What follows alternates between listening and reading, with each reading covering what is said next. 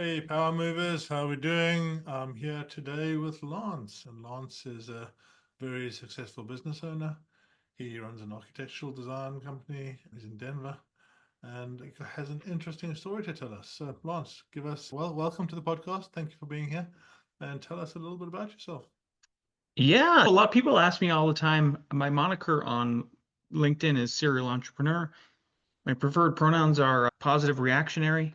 And people ask me all the time when they first meet me after they tell me what they do, who they are, and all of that. And they finally run out of steam. And I go, "How about you? What do you do?" And I go, "It depends on the day and time." Because as the moniker goes, serial entrepreneur, sometimes I'm an architect, sometimes I'm a builder, sometimes I'm a real estate developer, sometimes I'm a podcaster like yourself. Sometimes I'm a professor at university, sometimes I'm a professional fisherman, and sometimes I'm also a philanthropist. So I do a lot of different stuff. And then usually the next question I get is, how do you do all that stuff? So, Professional fisherman, I like that. Tell me, yeah. tell me about that. That's awesome. I tell you what, yesterday I had a really amazing adventure. I had dated another architect at some another point in my life, and one of the fascinating things she told me, I will carry this through forever now, and I'm trying to instill that staff does this as well for all of our clients, whether we're building for them or designing or whatever, is we should aim to get three things out of every project. And it should be a friend, a photo, and a fee. And so I've been really working hard on that. And yesterday I took my most favorite client currently. His name is Robert. He's 67 years old. He moved from New York City out here to Colorado to he bought a house and in the foothills. It's just a dreamy location. It looks out at the front range and you get this amazing panoramic view. And he and his wife, Yumi, hired us to architect and then also redo the interior and some of the exterior of their home. We're just modernizing it, and that's a pretty big project, $1 million renovation. But I've really worked really hard. I just really love that man. And I took him fishing yesterday. And this isn't the first time that we've hung out outside of work. I invited him over for dinner with me and the missus within a month or two of starting their project. But yesterday, he and I went on a 16-mile round trip hike. So 8 miles up, 8 miles down, 2,000 feet of elevation gain. We went from 9,000 feet above sea level to 11,000 feet and went to an alpine lake that I had been dreaming of ice fishing for about 5 or 6 years. It's very hard to get to, super remote. We were the only people on the trail. We were the only people at the lake yesterday. And I put him on. My goal was, besides just being able to ice fish that lake and get up there, is for the first time was to put him on a trophy fish because he's not like a fisherman or anything. He's definitely an outdoorsy person and he runs these amazing long, like 100-kilometer races and stuff. He's in insane Wow. shape for 67. He's just an incredible person. But sure enough, he pulled out a giant 19-inch long alpine cutthroat fish. It's like pure red. You should see the photo. It's completely incredible and just made my day, made his day. I take Please, it. please send me that photo. I'm going to put it on this podcast. Oh, you should. Yeah, it should be. I think it should be like the preview. Yeah, he's just amazing. Yeah, it's a really eye-catching. But yeah, so I have a YouTube channel called Fishing with Lance, and we have a lot of sponsors for the channel. We help them sell their products. We give like podcasting, right? Yeah. And so we're Colorado's number one most subscribed to YouTube channel for fishing. We have 126,000 subscribers, I think, something like that. Yeah. And I don't guide professionally because I just do it through, I just get paid through promoting it, the other products and then from YouTube.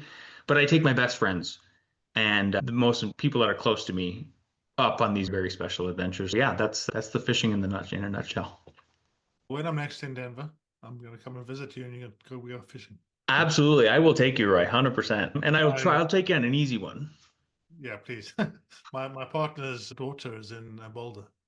Oh, cool. Yeah, we're right. We're actually, I say Denver because a lot of folks are like, it'd be like if I said Minneapolis for Minnesota.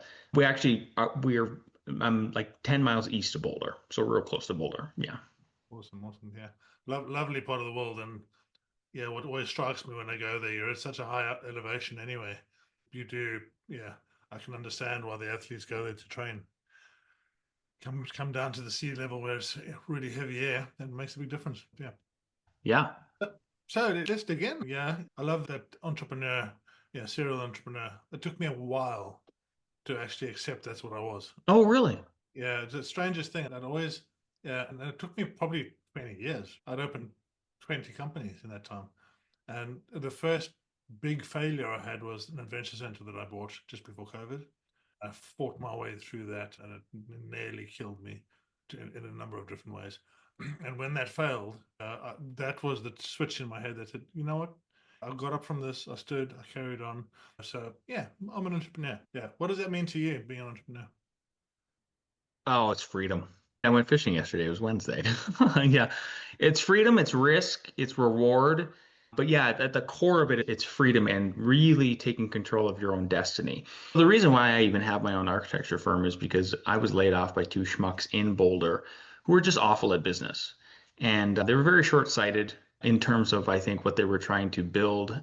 Great designers. I would never say they were bad architects, but real awful business people, at least back then. As a matter of fact, they ended up breaking up 3 years after I got laid off in 2009. 2012, they broke up. And then we had started our firm in 2010. That's, I just never wanted to have that feeling again for myself. And then I also made sure I took the responsibility on of, that's good for you, Lance. Like, you can't lay yourself off. It's your own business. You can fail, but it's not, you're not going to lay yourself off. The same thing goes for my employees. It's been 15 years, almost 16. It'll be 16 in January 2026. And we haven't had one layoff. We haven't laid anybody off. And that's really good for an architecture and construction firm because it's very up and down in the United States. So yeah, that's the primary reason is I'm just hyper paranoid about not having work and being able to eat and buy cool fishing stuff and support my family and my wife and all of that good stuff. I think that freedom piece is so important. And yeah, this is why people get into being an entrepreneur. This is why people start on their own. And yeah, if you're not careful, your business becomes your prison, right? And Yeah. we go into it for freedom. We go into it because we really love this idea of freedom. We go from our 8 or 9 hour job into our 16-hour job. We go from £200,000 a year salary to nothing. And if you don't do well at it, suddenly you realize you're in a way worse position than you were, with a much, much bigger workload, way more responsibility. And this is 70% of business owners are near burnout, right? Yeah. They don't have the freedom. So, what are your secrets to that? You've built a very Oh, successful enterprise, as it were. Yeah. So, yeah, what have been the main things that you've learned from that?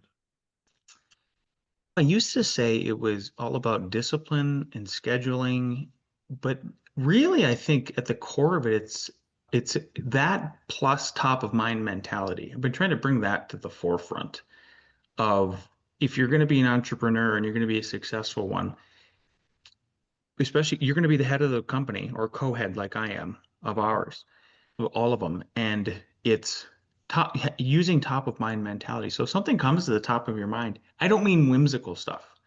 I'm saying like if my plumber calls me and says there's a problem and I talk to him and I acknowledge it, then I need to act on it like immediately.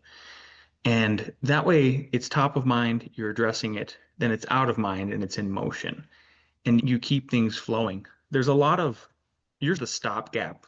You are the person who keeps things flowing or not mostly. And when you're at the top of the food chain. So that's number one, is I've really been trying to instill that using top of mind mentality. And it goes for personal too. Here's one that I like to tell people to do personally, because it happens for a reason. I'm a believer. I'm a very much a Christian Catholic, and I just believe that God is whispering, showing his fingerprints all the time in that sort of a way. And so if every once in a while, what'll happen is I'll get somebody will pop into my head. It'll be somebody that I maybe haven't talked to in 10, 20 years. For some reason, it'll pop into my head. And I don't know how many times I've then, when they pop into my head, I send them a text. Hey, I'm just reaching out. You popped Yeah, into my head the other day. How are you?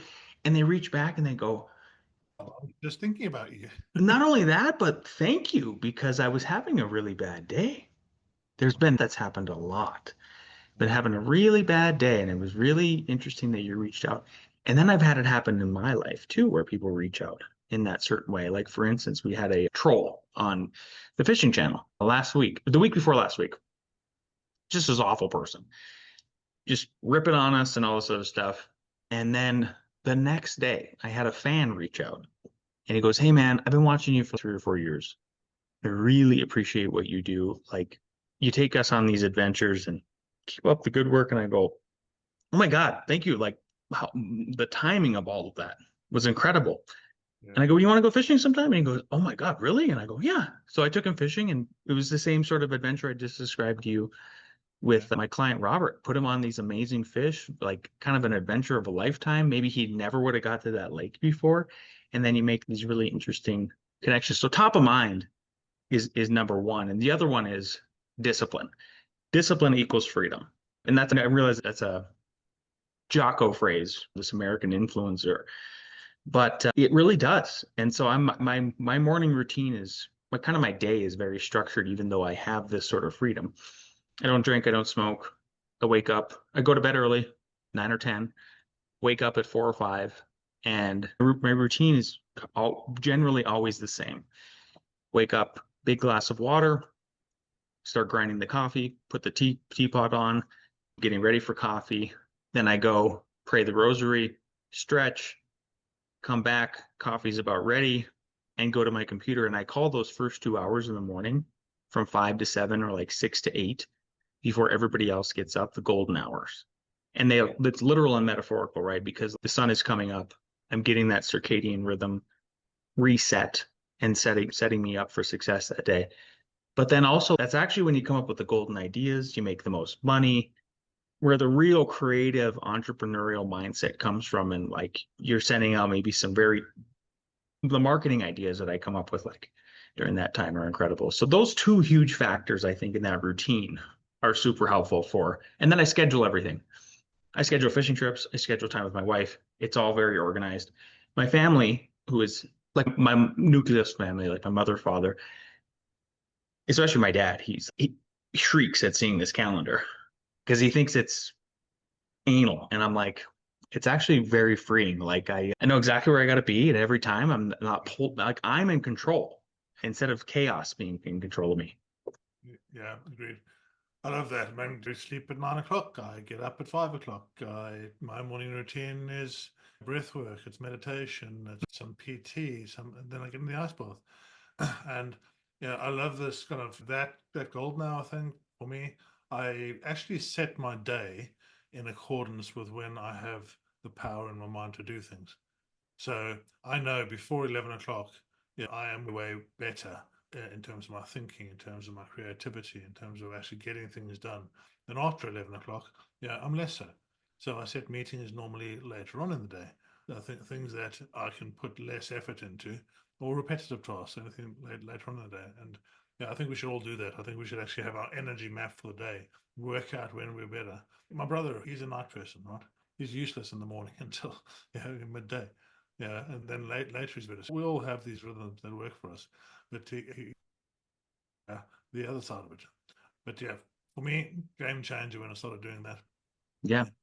So yeah, let's dig into your business a little bit, and not into your business necessarily, your journey of you spoke about leaving and starting a company, yeah. and I know you've taken on project of project. And as these projects have gone up and grown, they've been successful in each day. How do you manage that level of different things? You said yourself before when we spoke, I've got all these things I'm doing, and people are like, how are you doing all that? And for me, that's always the thing, right? I think as entrepreneurs, we have the superpower called Mm. called ADHD. We are, I don't Yeah. and then yeah. So how do you manage? You mentioned your calendar. Yeah, how do you manage the ideas that come in? Because I'm sure if you're like me, you have probably 100 ideas a day that are all awesome. Oh, that's a good question. Yeah, really good question. I used to write them down, but now we've got these just beautiful little computers in our pocket. I record myself talking a lot, Yeah, and then I'll actually my workflow is this. I will record myself talking about something, an idea, an architectural idea, could be like it could be a critique on an employee. But there's an audio recording that happens. So how about this? I had a really recent example was I was coming down on Monday from the mountains. I was up there, sure enough, checking on conditions to see if I could go up on Wednesday. And I had my business partner call me at 4:30, and we hit the record button. on the iPhone now, which you can record the audio and you can also have it transcribe it in real time. And so then what I'll do is I'll take that transcription and run it through ChatGPT or Grok, and Mm. I will have it just bullet point it for me and condense it. And then I take it from there and then I humanize it at the end. Another example of that was like we were applying for this special status with the feds here in the United States. And I had to basically recant three stories from when I was coming into the profession for whatever reason to just show qualifications. And so I told the stories to the audio in 10 to 15 minutes each.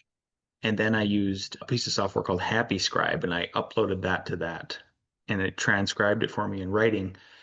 Then I put it into ChatGPT or Grok again, had to write a story, and then I took it and did the final editing.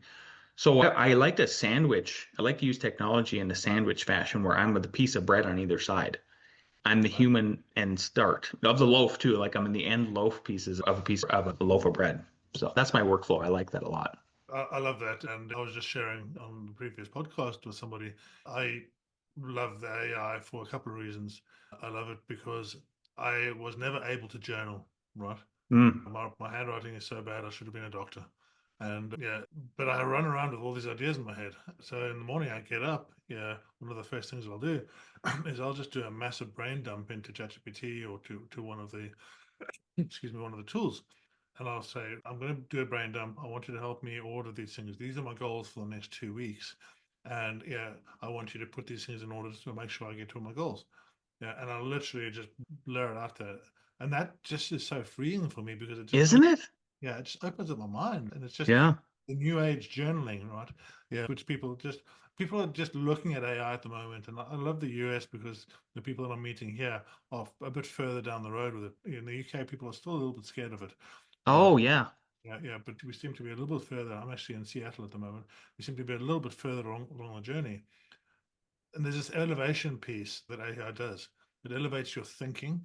Yeah. Yeah, I can actually think outside my brain now. And let me explain that quickly. Beforehand, what we needed to do, yeah, we'd go to university, we'd learn a whole bunch of stuff, and then we'd keep on learning. We'd bring the stuff into our mind. Then we'd have to store the stuff in our mind, right? Yeah. And then we'd go out and we'd create content. Yeah, so this was how we've been for so long. And now we're evolving into yeah, a different way of thinking, right? Because now we're saying, okay, I don't need to know all the stuff. Any information anywhere is now available to me, right? Yeah, and it's available to me if I can just access it correctly. I need to know the problem, I need to know the context, and I need to know where to look for the solutions. And I can now go, I've done probably 7 years of work in the last 6 months. Right. Just because of that, I'm like, okay, this is my problem. This is what I've heard. These are the people that I like. This is the output that I'm trying to get to. I want you to be a thought partner here. I want you to be, yeah, I'm going to remain the critical thinking partner. You're going to be my thought partner. Yeah, I want you to tell me what things that I'm missing here. Don't be a yes man because you are such a yes man, right? Yeah. And yeah, just help me in my thinking here. Yeah. And you just get a totally different way of thinking. And then I can go out and I can build stuff. I can build automations. I can do stuff that I never thought possible. I'm not a visual person at all. And you're a visual person, obviously. I'm not a visual person. So Mm. I'm like, okay, this is a challenge that I've accepted in myself. Now I say to ChatGPT or I say to one of the other models, Grok I like as well. Right, okay, I need you to help me build out this funnel, for example. I don't know anything about user design. I don't know anything about visuals. I want it to be visual for this ICP, for this audience. And yeah, and I take a picture of it and say, or take a screenshot. So this is what I've got. What do I need to do? Yeah. And it'll say, okay, what are your brand colors? What are your, and then we put those in. And they say, okay, move this line here, do this and do that. And it literally, I don't need to know the skill. I don't need to go learn the skills out there for me to actually bring in. Yeah. Yeah. Yeah, the U.S. is that's an interesting perspective. I'm glad you thank you for just pointing out that maybe I guess we're maybe it's just because we're on average more entrepreneurial and we just maybe are not afraid of it and using it as a tool. I think it's really important you don't let the tool pull you, that's for sure. I really have tried to rein it in like that. Really try to make sure that I feed it first and then I pull it back out and polish it. And I think that's the problem that a lot of people are not doing is they're not bookending it with humanism, and that's an issue. 100%. I think the opportunity in the next year, 2 years, we're going to see such a change. We're already seeing a massive change, but we're going to see an even bigger change. And the change that we're going to see is that there's going to be a range of people that are going to go one way, and they're going to let AI become the master and just do Hmm. what AI says. And then there's a range of people that are going to understand that what AI can do for us is it can automate those menial tasks, and it can then from there we can be more human, right? And this is our opportunity. It's not to use AI to do everything. It's to use AI to let us be more human. So I love your bookend thing. That's just amazing, and very much what I do. AI is a 60% tool. It can do Yeah. 60% of the job, and it Yeah. can allow you to do the job at a better output, more quality, more information in there. But it's only a 60% tool. Mhm. Think of it as a 100% tool, then you've lost the battle already. Right? Yeah. 100%. So, like for example, we do these podcasts, and it used to take me, first of all, I paid someone, then it used to take me an hour and a half to get all this information up onto Captivate, which I use. Now I'm like, okay, I spent probably a month doing this in and out and asking AI to help me, building out an automation for it. So now I take the audio file from here, change the name on it, drop it in there, and it goes all the way through the process. I check that the show notes are right. I check that everything looks okay. I've got a blog at the end of it. I've got a LinkedIn, a social media posts. I've got a whole range of other stuff. I use Opus to get the clips out. And now it takes me 3 or 4 minutes rather than an hour. And it just runs through that. So if you can use AI to actually spend more time with people and do more things with people, I think those are the people that are going to be really kind of powerful. And it's not AI that's going to take your job. It's the people that are using AI that's going to take it. Yeah, that's a really good point. I agree. Yeah. Yeah. We go through and we have this, as business owners, we see a problem. And this is what I love about entrepreneurs, right? We see a problem in the world and we say, okay, we can help fix that problem. And then we give everything we can to fix that problem. We build, we grow, we scale. And to your point of not letting people go, one of the tools or one of the things I do is I coach a business operating system. Have you come across EOS or any of those? Worth looking into. So there's a company called 90, and 90 has a business operating system, which is just they're working on the business piece and gives a structure to working on the business. And there's people like scaling up and others. And the key piece there is people, right? One of the 9 core competencies is people, and people are so important. And when I started out, I used to do this thing where I'd hire a new person, and I'd tell this new person, actually, by the way, just do this, and I'll just run through it very quickly with them.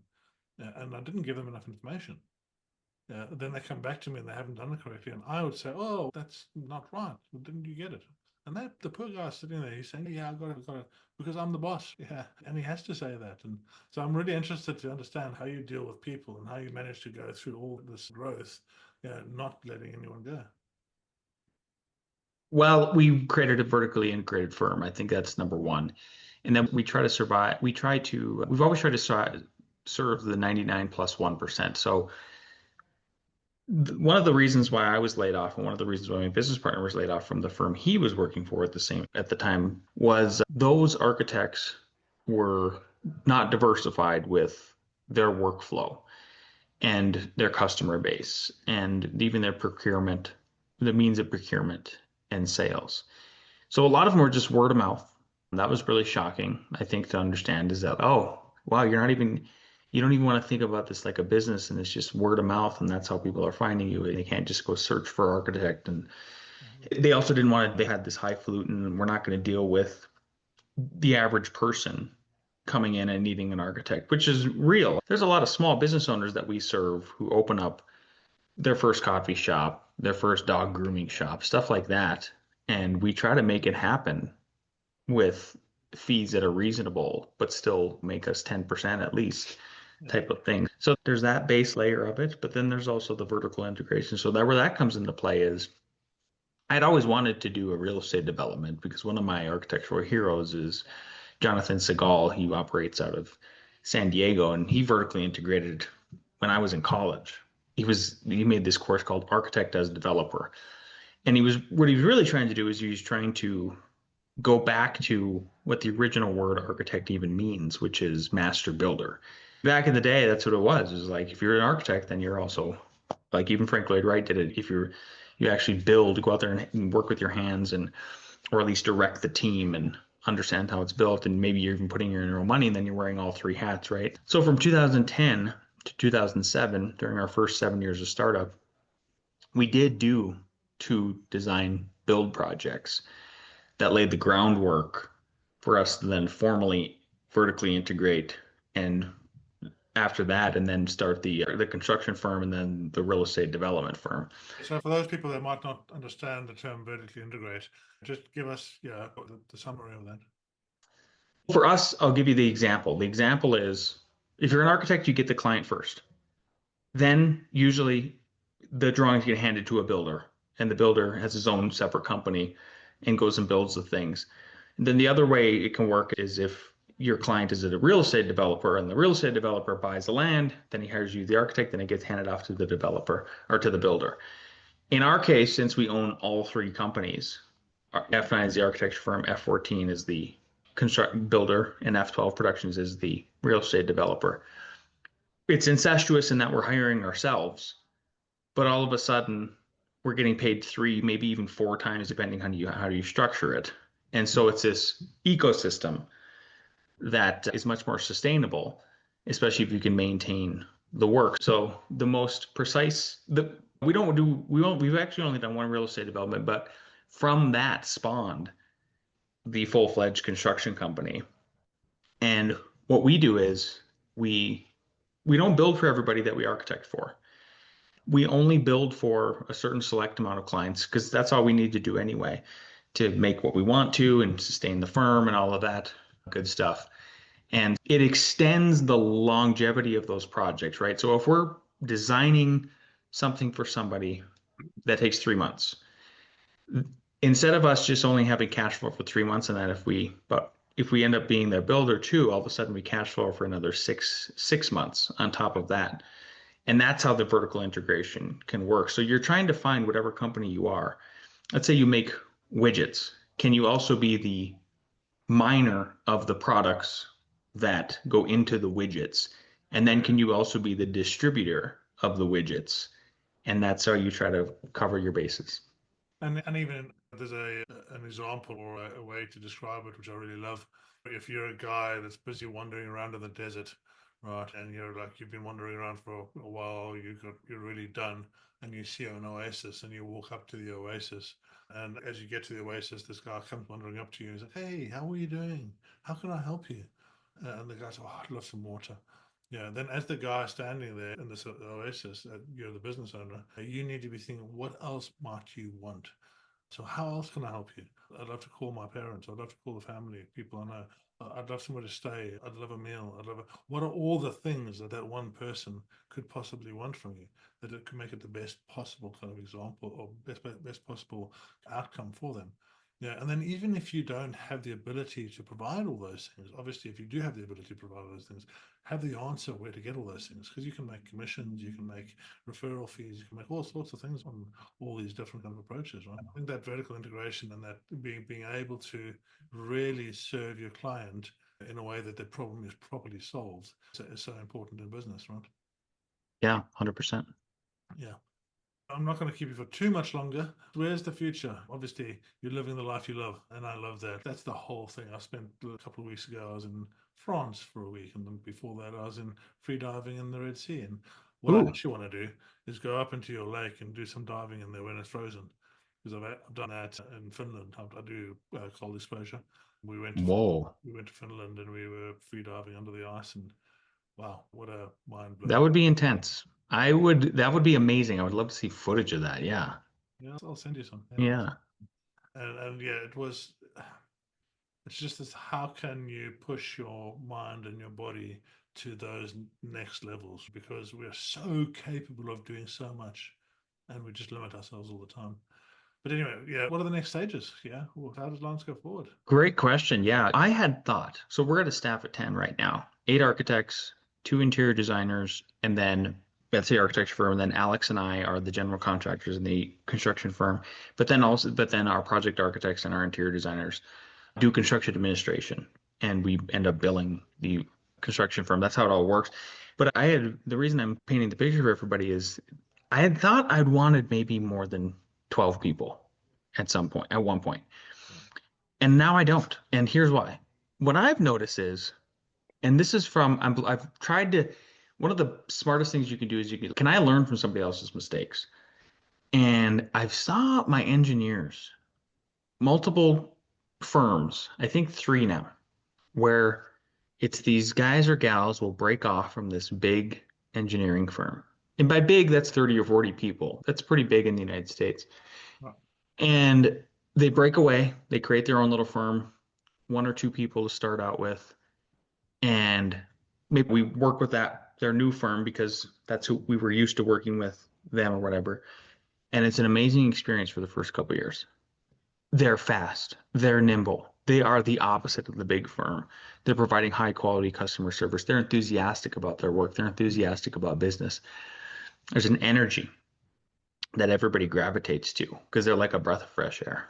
The human. And yeah, and then I see them. Then a lot of people start gravitating to them to the point where the growth is so explosive. As soon as they hit the number 12 and they go past that in terms of that many people working in that company, the customer service goes from A to B and then eventually down to C, and they're right back to where they started. So my learning lesson is we are a class A firm when it comes to customer service. If you go look on Google, there's nobody that has more five-star ratings for either of our offices, our Longmont office or our Denver office, for architect in the state of Colorado. We're number one in customer service. And I want to stay that way. And I am a firm believer now that like in the number of 12 or less for what we do, which is boutique architecture, boutique homes, boutique multifamily developments, boutique commercial and industrial buildings, small ones. And I really like the pocket we're in. I'm not sure I want to do the huge stuff. That's just not for us. So I think for us, it's on that note, then we do want to establish an office and actually in the mountains so that we can get work up in Aspen and all of that. But even then, it would just be a core of three people. And then maybe we're split between the two Front Range offices with four in each office. And I think we're sitting pretty good.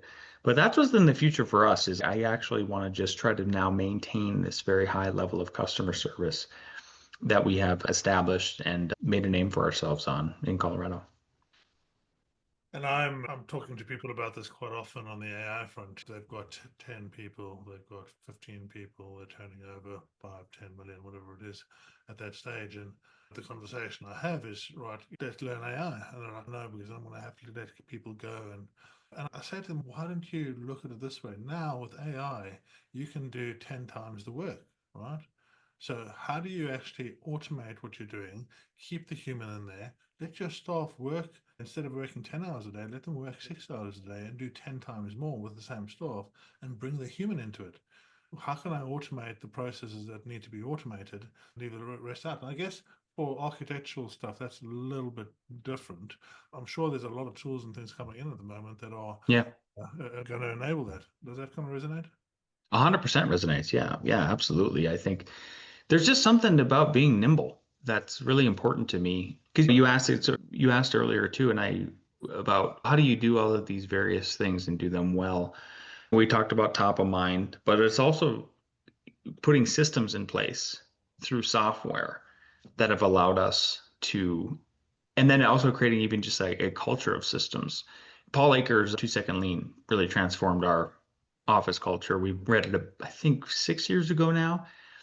And if people haven't read it, they should read it if they're own businesses. He basically went to Toyota, examined them, understood how Toyota was crushing American car manufacturers. It was because they had 2-second lean processes. So they figured out, they go, look, if we're making this part a million times, how can we lean it by 2 seconds?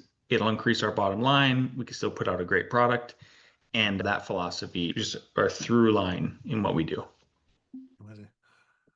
All right, Lance, it's been great chatting. If you were to give new entrepreneurs just one tip, what would that be?